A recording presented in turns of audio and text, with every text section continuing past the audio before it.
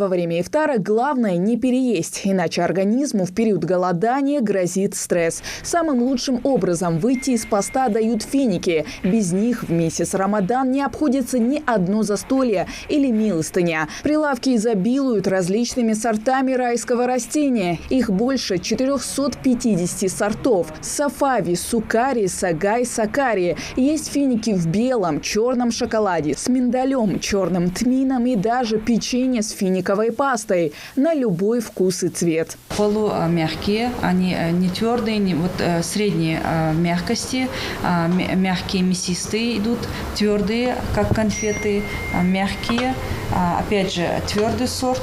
Вот эти имеют почти одинаковые два сорта, получается, это аджва и сафави, они одинаковые по вкусу.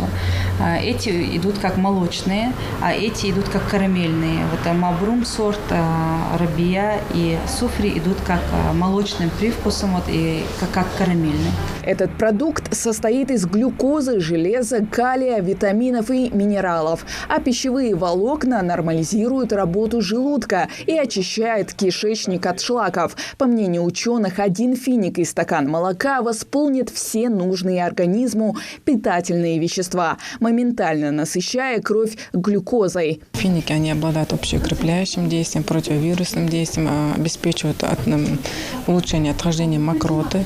То есть по пациенту с бронхолегочной системой очень большой плюс имеет прием употребления фиников.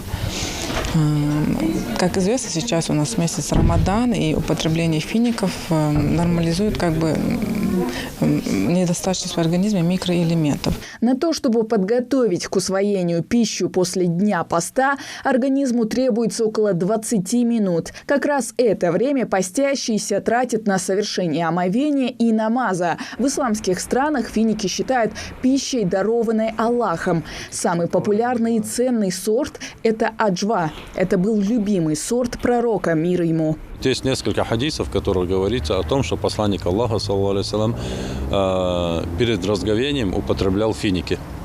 Если нету фиников, то ничего страшного, потому что не у всех людей есть возможность покупать финики.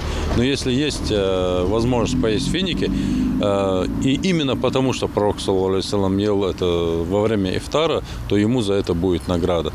И на сухур посланник Аллаха, саллаллаху алейхи ва саллям, делал, и на ифтар употреблял финики.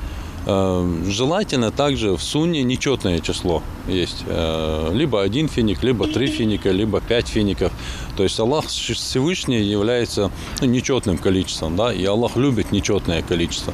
Поэтому все, что употребляет из фиников человек, желательно по сунне пророка, саллаллаху алейхи ва саллям, употреблять нечетным количеством. Пророк, саллаллаху алейхи ва саллям, сказал: тот, кто съест 7 фиников из сорта аджва, то этого человека не коснется в течение дня ни колдовство, ни сихр, ничего плохого. Да?